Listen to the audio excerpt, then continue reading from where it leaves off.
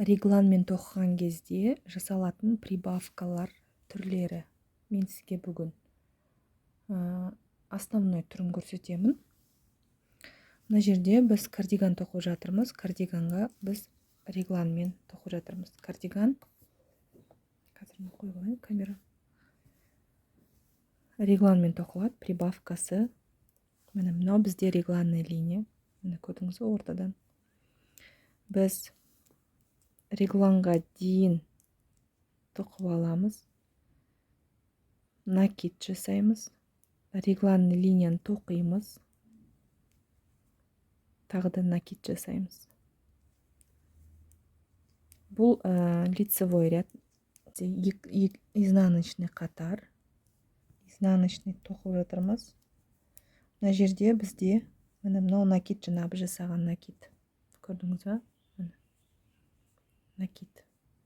Бұл накидті біз артқы жағынан тоқимыз. Сол кезде бізде мынау көрдіңіз бе? Мына екі петля арасы перехлёст болады да, сол кезде тесік болмайды. Артқы жағынан іліп аламыз да, тоқимыз. Екінші накид. Артқы жағынан іліп алып, саусақпен көмектесе отырамыз.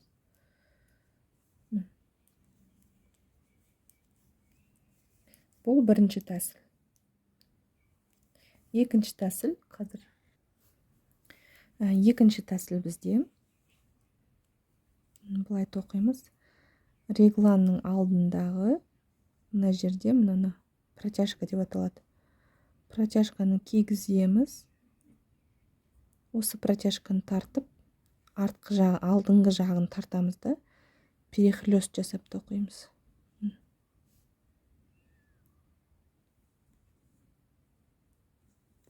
Тағы да көрсетіп жіберейін.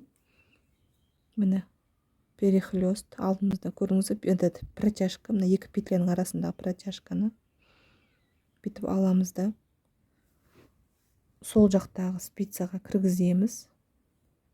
Бұлай сразу тоқымаймыз. Себебі бұлай тоқысақ тесік болып қалады. Сол тесік болмас үшін біз алдынан ұстап тұрамыз да, саусағымызбен көмектесеміз де, бұлай тоқимыз. Сол кезде ары қарай бізде тесік болмайды. Изнаночный қатар ешқандай өзгеріссіз тоқылады.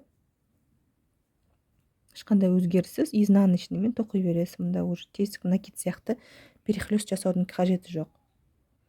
Біз накидті жасаған кезде изнаночный жақтан перехлёст жасадық қой. Ал бұл жерде сразу тоқу барысында перехлёст жасаймыз. Бұл бізде екінші әдіс. Үшінші әдіс бізде өте оңай. Міне тоқытып келе жатқан кезде алдыңғы қатардың, міне мынау біздің мынау қатар тоқып жатырмыз. Алдыңғы қатардың петлясын ілеміз де тоқимыз. Регланный линия тоқылады. Алдыңғы петляның қатарында, алдыңғы қатардағы петляның саламыз да, соны тоқимыз. Ары қарай тоқи береміз. Бұл бізде үшінші тәсіл. Прибавка жасаудың үшінші тәсілі. Қалаған тәсіліңізді қолдасаңыз болады.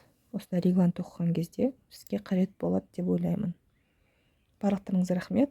Назар аударғандарыңызға сау болыңыздар.